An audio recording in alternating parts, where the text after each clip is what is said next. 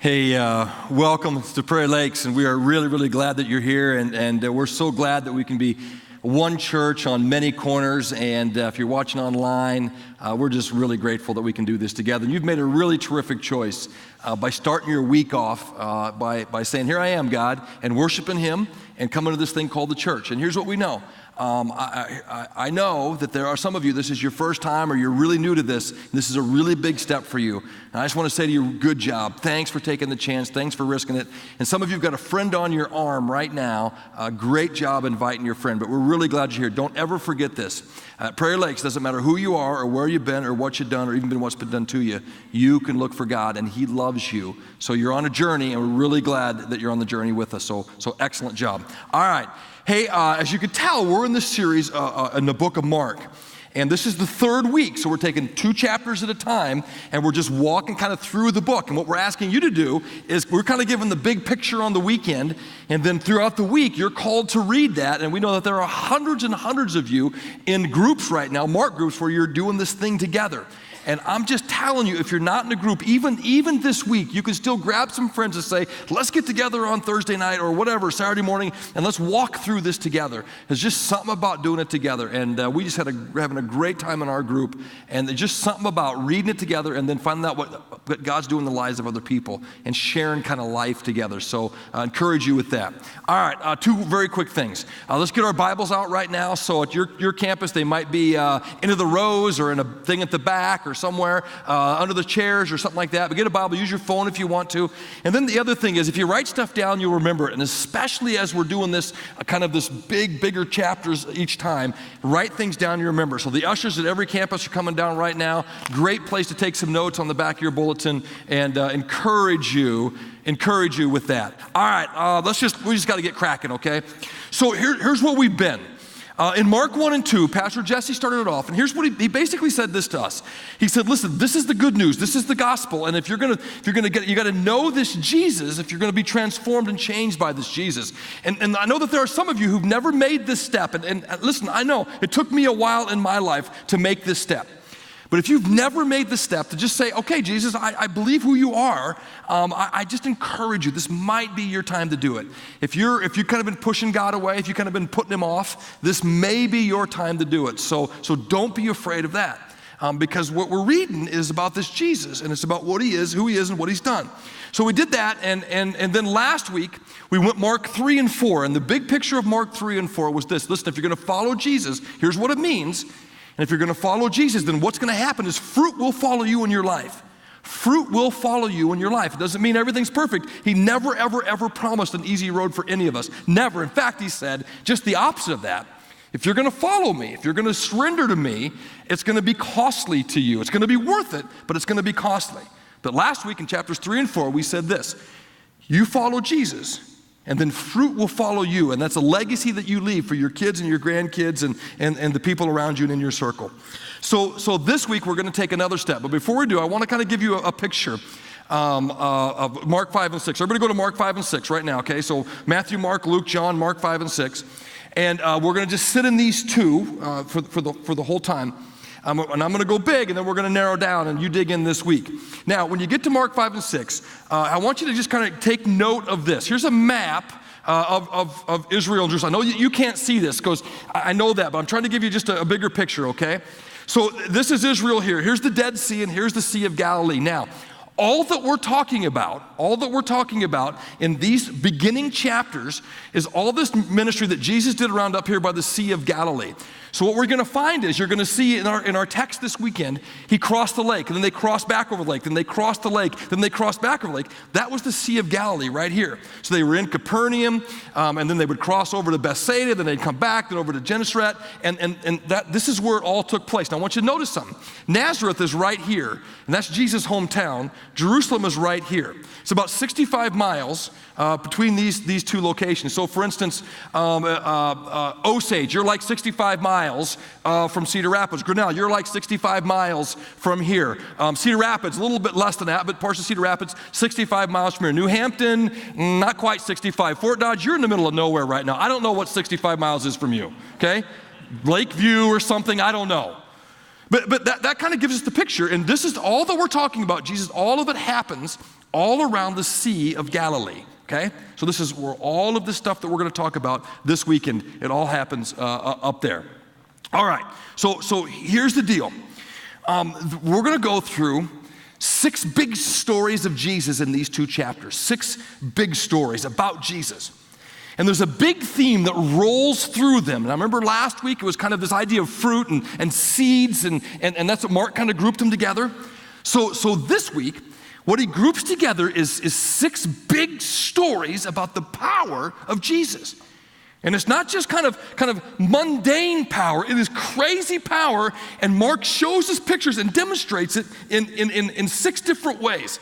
And it's power over its demons, and it's the death, and its sickness, and its impure spirits, and its power over hunger, and its power over the depths of the water. He walks on water. And here's what we're going to find out. Whether it's an army of demons, whether it's death, whether it's long-term sickness, whether it's no food, reluctant villages, deep water, none of these things could stop him. And Mark's putting these 6 stories together, giving us this picture of Jesus. Says nothing could stop Jesus. Nothing can stop Jesus. But in the middle of the stories, he places this one small story. In the middle of the stories, he does give us this truth, though, that within this really big theme of power, of nothing stopping Jesus, the only thing that could stop Jesus from responding, in fact, there's 2 of them. And the 2 things that could stop Jesus from responding are the same 2 things that we could experience, that we can participate in today if we want to stop Jesus from responding in our lives. Because here's kind of where we get in trouble. We read these stories about Jesus and we go, wow, it's crazy, right? He does. And if this week I just encourage you, just sit in them, right? Just sit in these stories and kind of put yourself in the story. And what would you feel? What would you think? And what's really happening here and why it's happening? And we see these stories and we go, wow, that is so cool that he used to do that kind of stuff. It's so cool that Jesus used to be that way. It's so cool that Jesus used to really show his power like that. But here's the craziest thing. That same Jesus is alive today. He's not in the grave anymore. And that same Jesus has that same power today, and that same power can be demonstrated in our lives in different ways. And so as we look at this, what we want to walk away this weekend is with this. I don't want to be a part of these 2 things that keep Jesus from responding. What Jesus is capable of doing versus what you'll experience seems to depend on these 2 things. And these 6 stories gives us 2 critical and crucial truths that we have to know. So let's walk down the stories. Everybody, let's just go together. Let's go to chapter 5, and let's just start. And I'm going to give you kind of a big picture, dig in a little bit. We'll just move, and we'll move, and we'll move, okay? So go to chapter 5, and now here's the first of the power stories that Mark groups together. All right, so here it is. So it says they went across the lake now, right? So here we are again already. They went across the lake. So they're literally just kind of crisscrossing the lake to these different cities. So they went across the lake to the region of the Gerasenes. And when Jesus got out of the boat, a man with an evil spirit came from the tombs to meet him. Now it gives us a picture of this man. It says, this man lived in the tombs and no one could bind him anymore, not even with a chain. For he had often been chained hand and foot, but he tore the chains apart and broke the irons on his feet. No one was strong enough to subdue him. Night and day among the tombs and in the hills, he would cry out and cut himself with stones. So we get this picture of this guy that not just crazy, right? Not just crazy, but he's described as not just crazy, but he's possessed. He's got evil. This guy's got evil in him. And look what it says in verse 6. Follow this now. It says, so when he saw Jesus from a distance, he ran and fell on his knees in front of him. You see, for this encounter to happen, for this story to happen, an encounter needed to happen between the one who needed help and this Jesus. And there is never a chance for anybody to get help unless they're willing to encounter Jesus, unless they're willing to come to him and stop before him. And so here he goes. He says, so it says, he shouted at the top of his voice, "What do you want with me, Jesus, Son of the Most High God? Swear to God that you won't torture me." For Jesus said to him, "Come out of this man, you evil spirit." So I want to just give you a little side note here, okay? It's really crazy that this guy comes down. Something inside of him, okay, not just the demons, but something inside him knows, I've got to get help. And so he sees that he can get help. And this demon, so he goes down, and the demons try to pull a trick. And here's what the trick was. It was believed in kind of this spiritual realm, and especially in that ancient time, that you would hold power over somebody if you knew their title, if you knew their name. And that's why they'll often say, "What's your name?" or "What's your title?"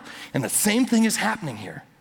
This man, full of these demons, he's trying to have power. The demons want power over Jesus. So notice what they say. "What do you want with me, Jesus, Son of the Most High?" Because if they knew his name and they could say his name, that gave them power over him. And then Jesus, who is not going to be controlled by that, he's not going to be tricked in anything, then Jesus asked him, "What's your name?" And he says, "My name is Legion," he replied, "for we are many." And this is just a side note, but in the Roman armies, a legion was 6,000 men. Probably not 6,000 demons in this person, but he was possessed by a lot of hurt, by a lot of evil. Verse 11, so they go to the story, and they go out of him, and they go into pigs, and so this story happens, right? And so the guy gets freed, and Jesus wins this power encounter. And I want you to skip down to verse 18, okay? And you get down to verse 18, and I want you to see this. As Jesus was getting into the boat, the man who'd been demon-possessed begged to go with him. Jesus didn't let him, but said, "Go home to your family and tell them how much the Lord has done for you and how he's had mercy on you." And so the man went away and began to tell unto the Decapolis how much Jesus had done for him, that all the people were amazed. Hey, just a side note on this. There are some times that you're afraid to tell your story because you're afraid to screw it up, right? Well, I'd like to tell, I had this chance and somebody asked me about God. I didn't know what to say and I wasn't sure how to do it, and I didn't want to give them the wrong verses, and I didn't want to misquote something. I didn't want to screw them up worse than they're already screwed up. I just didn't want to. And so sometimes we'll drop back, but I want you to see this. Jesus gives us this simple formula for telling your story. Look back at what he says to this guy who has found peace with God, and just look what Jesus says to him. He says, "Go with me." And the guy says, Jesus says, "Nope, go home to your family," and listen to it, "and tell them how much the Lord has done for you and how he's had mercy on you." Friends, just understand this. You may not have all the right words, and you might be the most eloquent person in the world, and you may not quite understand all that happens theologically, and you may not have all the complete understanding of the Bible and the Old Testament and the New Testament, and so you hesitate to tell anybody about Jesus. Listen to me, you cannot go wrong. You cannot go wrong telling people what Jesus has done for you. You cannot. And you may not have all the right theological stuff, okay, and you may not have all the verses, but you can never go wrong saying, "Here's what Jesus has done for me. I was like this, but here's what Jesus did, and now this is what I'm like. I used to be on this path, but here's what Jesus did, and now I'm on this path. I used to hate, and I used to be just consumed with anger or jealousy or envy or my past hurts or unforgiveness or hurt from things that have happened to me and that used to consume me. But since I've found Jesus and since Jesus found me, I don't have that in me anymore. I'm not like that anymore. And it's so great to live in peace, right? And so, my friends, if you never know what to say, listen to this. You can never go wrong saying, "Here's what Jesus did for me. Here's what Jesus did for me." So another quick side note in this story, because since we're doing the series this way, I can pick out whatever I want I think is interesting. Go to this. So go back to the story and go to verse 17. And so Jesus does this, right? He heals this guy, and the demons go in the pigs run off the cliff, and all the townspeople are amazed. But look what it says in 17. It says, "Then the people began to plead with Jesus to leave their region." So it seems crazy, right? That they all knew who this guy was, and they knew that he literally broke chains. And they all knew that they had to stay away from this guy because he was crazy and he was demon-possessed. And they all knew this. And all of a sudden, he's sitting there in his right mind. He's a changed person. He's grown. And the people of the region say, go, please leave us. Please, just go away. Why would they beg Jesus to leave? They were doing the same thing that you may be doing right now if you're running from God. You see, they were confronted with a powerful source that they couldn't understand. And so rather than leaning in, they chose distance. There are some of us right now, and it may be you, that you can't quite understand how God could love you or he could forgive you, or he actually has a plan for your life and he wants things better for you. And since you can't quite understand this power that he has to change you, you choose distance. And if you're one of those folks that's been running hard from God because you can't quite understand his power and what he could do and you're afraid of it, maybe this is the moment that you lean in instead of leaning away. You see, in this first story, there's this huge spiritual power play. And if you want to experience the power of Jesus, you need to be willing to come before him. This wouldn't have happened if the man wouldn't have come before Jesus. All right, the next story, go to verse 21 now. And then in 21, in this next section, we have stories 2 and 3. It's 2 stories in one. This is one we preached on before, talked about, one of my favorite stories of all time. This is the dead girl and the sick woman. So this is that story, okay? So let me kick it off for you and just see it now. So when Jesus again crossed over the boat to the other side, so there it is again, right? The other side of the lake. And he was by the lake. Then one of the synagogue rulers named Jairus came there, seeing Jesus. Now listen to this now. He fell at his feet and pleaded earnestly with him. My little daughter is dying. Please come and put your hands on her so that she'll be healed and live. So Jesus went with him. A large crowd followed and pressed around him, and a woman was there who'd been subject to bleeding for 12 years. And we've talked about this one, right? And so in those days, if you were bleeding, and if you were a woman and you were bleeding, and it was this kind of bleeding, right? So it meant something, and here's what it meant, everybody. You're dirty and you're wrong and something you've done wrong, and because you're bleeding, I mean, you're a sinner, and then you can imagine the story, right? And all of her life, for 12 years, she'd been on the outside looking in. She could never, ever, ever be in because she was unclean. Who knows what she was involved in, they would say. Verse 26 says she suffered a great deal under the care of many doctors and had spent all she had. Yet instead of getting better, she grew worse. When she heard about Jesus, she came up behind him in the crowd and she touched his cloak because she thought, if I just touch his clothes, I'll be healed. And immediately her bleeding stopped and she felt in her body that she was freed from her suffering. You see, inside this story of power, we have a woman who was hopeless, who tried everything and had no hope. But when she was willing to come near to Jesus, he could do something about it. When she was willing to lean in and touch him, then Jesus could do something for her.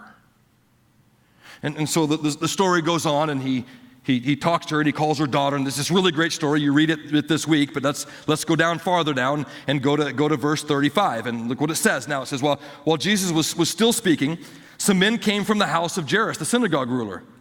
And here was their news: your daughter's dead. Why bother the teacher anymore? Ignoring what they said, Jesus told the synagogue ruler, don't be afraid, just believe. Verse 37 says he didn't let anyone follow him except Peter, James, and John, the brother of James. And When they came to the home of the synagogue ruler, Jesus saw a commotion with people crying and wailing loudly. He went in and said to them, "Why all this commotion and wailing? This child is not dead but asleep." But they laughed at him. And after he put them all out, he took the child's father and mother and the disciples who were with him. And he went over where the child was, and he took her by the hand, and he said to her, "Get up. Little girl, I say to you, get up." And immediately the girl stood up and walked around. She was 12 years old. And at this they were completely astonished. Not only could Jesus heal the living woman who needed hope, but he responded to the encounter of a hopeless father. You see, in all of these power encounters, there's a thread that weaves. And it's a thread that weaves to this day. Let's go over to chapter 6 now and just keep following, okay? So go down to verse 7, and we'll come back to what I just skipped there. We'll come down to verse 7, and this is when Jesus sends out the 12, right? Another one. And so then Jesus went around teaching from village to village, calling the 12 to him. He sent them out 2 by 2, and he gave them authority over evil spirits. And these were his instructions. Take nothing for the journey except a staff, no bread, no bag, no money in your belts. Wear sandals, but not an extra tunic. Whenever you enter a house, stay there until you leave that town. And if any place will not welcome you or listen to you, shake the dust off your feet when you leave as a testimony against them. And here's what it says in 12. They went out and they preached that people should repent. They drove out many demons and anointed many sick people with oil and healed them. And so here's another kind. It's actually possible that Jesus says, I'll give you my power to do things that I do. I'll give you my power. And so not only does he have power over the spiritual realm with the demons, not only does he have power over sickness and he wins, not only does he have power over death and he wins, but now he's saying actually this, that I'm going to actually give you my power and you're going to go do these things that I do. And they go out and they do it and they're astonished. They're astonished at what they can do. Stay in the story now and skip down to verse 30. There's a big spot there about John the Baptist. We're going to come back on that next time. So go down to verse 30, and here's the next story, another power encounter. It says, the apostles gathered around, and Jesus reported to him all they'd done and taught. And then because so many people were coming and going that they didn't even have a chance to eat, he said to them, come with me by yourselves to a quiet place and get some rest. So they went away by themselves in a boat, to a solitary place. But many who saw them leaving recognized them and ran on foot from all the towns, and they got there ahead of them. And when Jesus landed and saw the large crowd, he had compassion on them because they were like sheep without a shepherd. So he began teaching them many things. And by this time it was late in the day, so his disciples came to him. This is a remote place, they said, and it's already very late. Send the people away so they can go get the surrounding countryside and villages and buy themselves something to eat. But he answered, you give them something to eat. And they said to him, that would take 8 months of a man's wages. Are we to go and spend that much on bread and give it to them to eat? How many loaves do you have, he asked. Go and see. And when they found out, catch this now, when they found out, they said, we have 5 loaves and 2 fish. And then Jesus directed the disciples, have all the people sit down in groups on the green grass. And this is the story of the feeding of the 5,000. But you need to see it again. All the excuses in the world. We're in a remote place. It's going to cost us too much, but we don't have enough for them. Please do something about this. We don't have any food. And here's Jesus. He's even got power in a situation like that. He even has power. But it started with the disciples leaning in, saying, what do we do? Let's go to the very last story, and this is where Jesus walks on water. Go to verse 45, and this is the end of chapter 6. And immediately Jesus made his disciples get into the boat and go on ahead of him to Bethsaida. And while he dismissed the crowd, after leaving them, he went up on a mountainside to pray. And when evening came, the boat was in the middle of the lake, and he was alone on the land. And he saw disciples straining at the oars because the wind was against them. And catch this now, this is hilarious. About the 4th watch of the night, he went out to them walking on the lake. Okay, so just stop for a minute. So they left during the day. And so it took the afternoon and the early evening, and there was a wind against them, and they were in the middle of the lake. And Jesus knew they were in the middle of the lake, and he knew they were struggling, he knew they were fighting against the wind. And then it says at the fourth watch, so at that hours before the sun rises, Jesus lets them struggle. He lets them struggle. He lets them struggle. And then here's what it says. About the fourth watch at night, he went out to them walking on the lake. He was about to pass by them. Can you get that picture? Here comes Jesus walking the water, and literally it's like he's going on an afternoon walk, and he's literally going to just walk by them. But when they saw him walking on the lake, they thought he was a ghost. They cried out because all they saw him, they were terrified. Immediately spoke to them and said, "Take courage, it's I, don't be afraid." And they climbed into the boat with them. When the wind died down, they were completely amazed. And then it says this, for they had not understood about the loaves. Their hearts were hardened.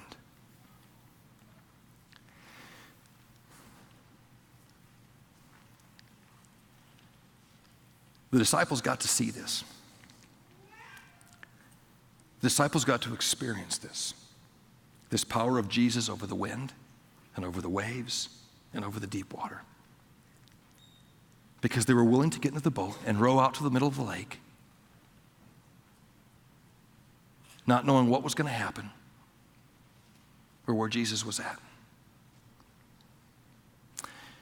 In all 6 of these stories about Jesus' power, in all 6 of them, the common thread is if you want to experience what Jesus is capable of doing, the first common thread is this: your willingness to lean in. You see, in every one of these stories, it started with their willingness to participate with him in what he was doing. It was disciples who would ask the question and be a part of it. It was disciples who got in the boat. It was the father who came and said, "Jesus, help me." It was the bleeding woman who reached in and grabbed him. It was the demoniac who came down and fell at his feet. But all those encounters, they encountered Jesus. They saw his power.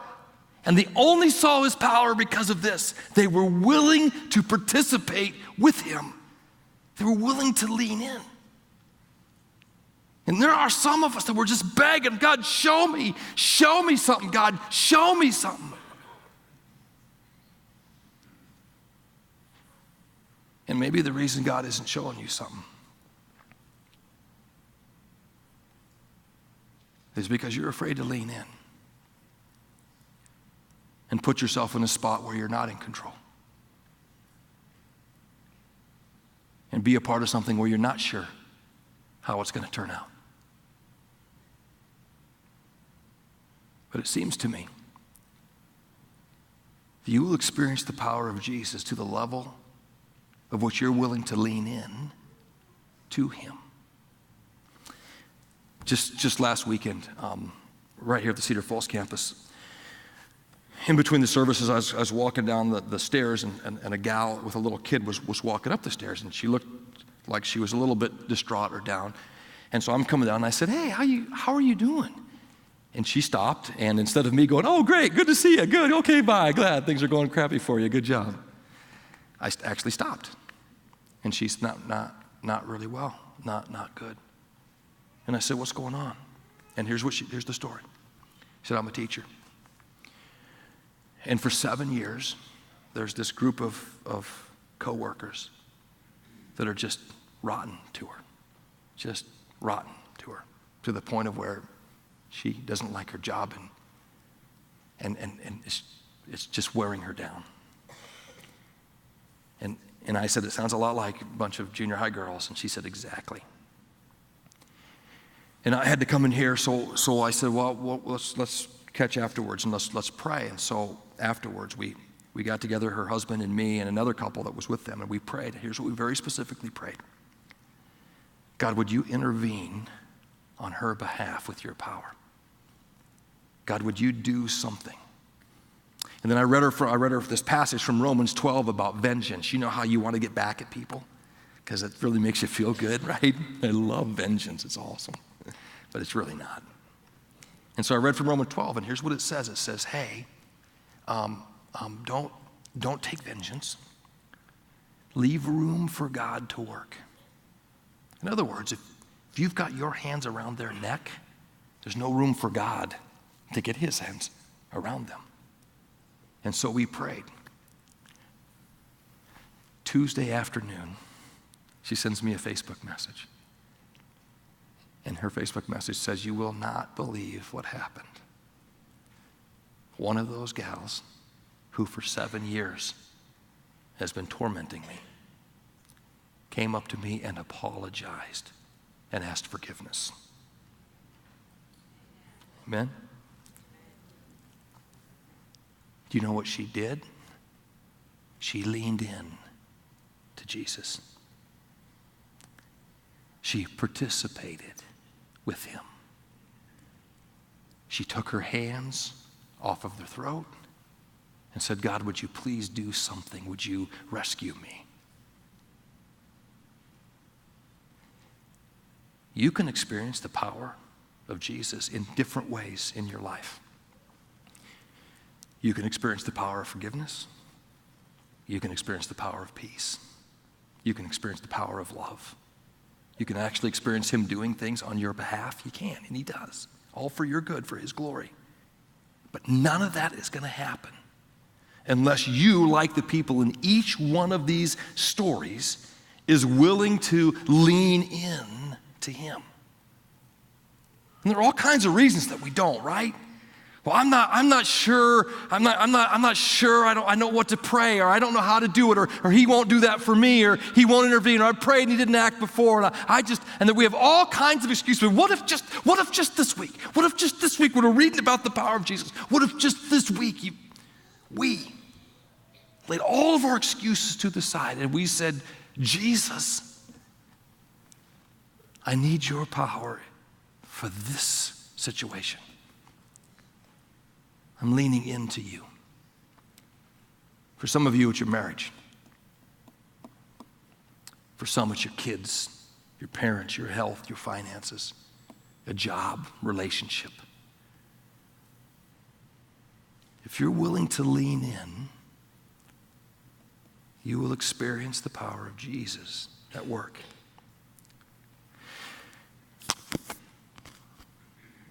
Now, there's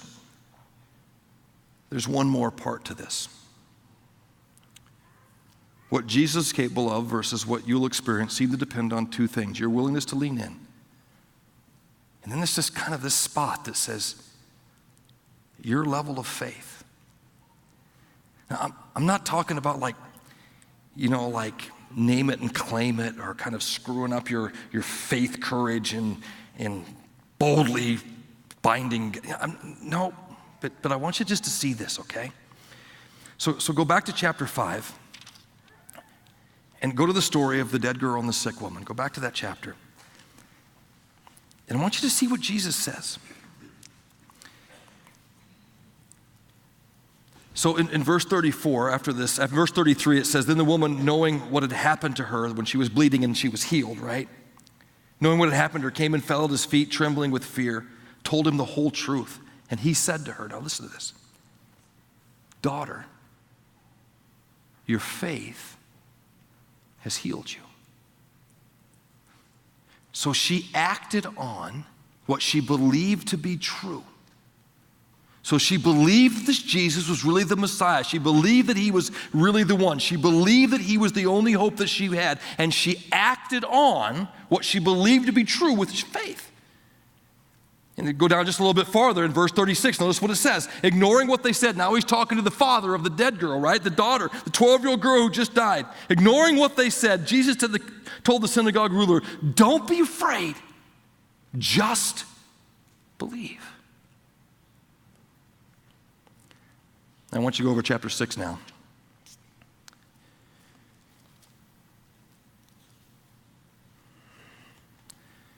And let's go to the very first story in chapter 6 that we skipped over.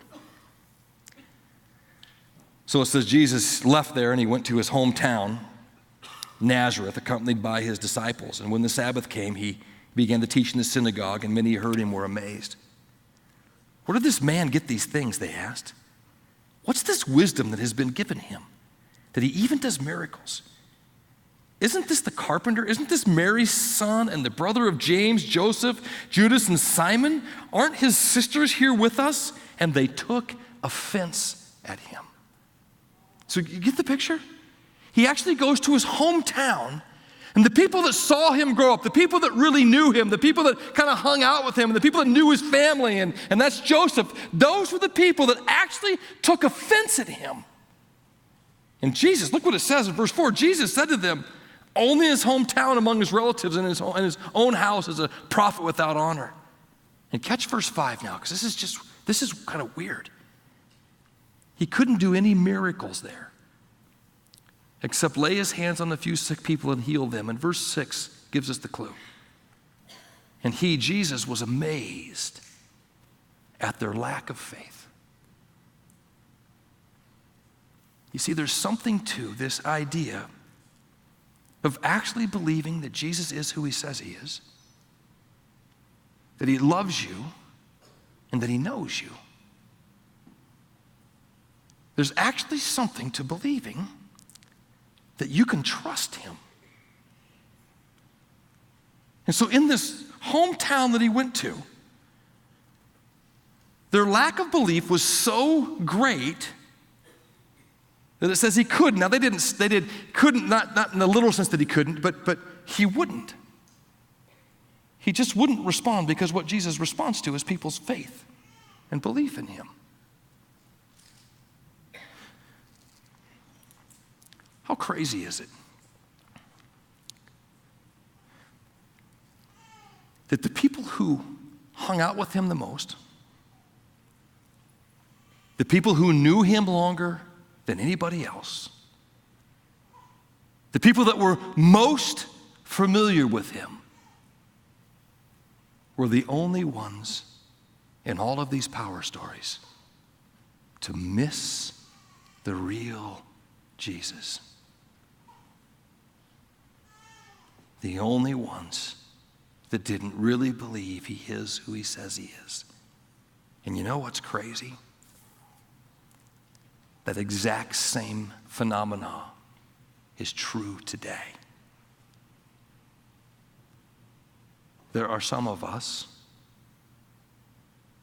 who've been going to church for so long, who know all the verses, and who've been kind of on the Christian trail for a long time, going to church, going to a Bible study, being a nice person. And there are some of us who've known Jesus the longest, who are the ones who really don't believe he can do what he says he can do. This Jesus has power over the spiritual realm, has power over death and sickness and hunger and the depths. This Jesus. And the only thing that's holding us back from experiencing his power in our life in the way that he wants to show it, to put us where he needs us to be, is our willingness to lean in, and our willingness to finally just believe that he really is who he says he is, and to trust that. What would it be like this week if you really believed that Jesus is who he says he is, and you bowed before him and you asked him, would you please help me with this one? We're going to watch a video of one of our Prairie Lakes couples who had to lean into Jesus and had to have a faith, a belief that he is who he says he is. And they had to keep leveling it up. Watch this. I'm Tim Milks. And I'm Gretchen Milks, and we've been going to Prairie Lakes for 7 years. So when our daughter Macy was about 4, I kind of started to feel a tug on my heart for adoption. And I kind of brought it up to Tim, and he was open to the idea, but maybe not as on board as I was. And I knew that he needed to be as on board as I was before we could go forward with it. And so we kind of talked about it, prayed about it, and I just waited. And I just kept praying, and I just waited. And then I took a job with Prairie Lakes Church, and about 2 years after I started working for Prairie Lakes is when we found out about Bryn. And so then in November of 2014, in the height of the Ebola crisis, that's when we went to West Africa and got our little girl. So it's time for our immigration interview. And so you have to get your immigration visa, you go to the embassy there and you have to sit down and talk with the consular there. And so we had our appointment time and date. They send you that in an email. And so we were thrilled to receive that. And I get inside, it's finally my turn, and I sit down, and I'm sitting in front of the vice consular of the U.S. Embassy, and he says, "I'm sorry, Mrs. Milks, but you received that email in error. You're not supposed to be here." And you can imagine, my heart sank, and so I sat there and we sort of unwrapped that for about 30 minutes, and of course I'm bawling, the baby's crying, he's apologizing, it's just sort of 30 minutes of that, and finally he says, "Well, there's one paper that came in out of order."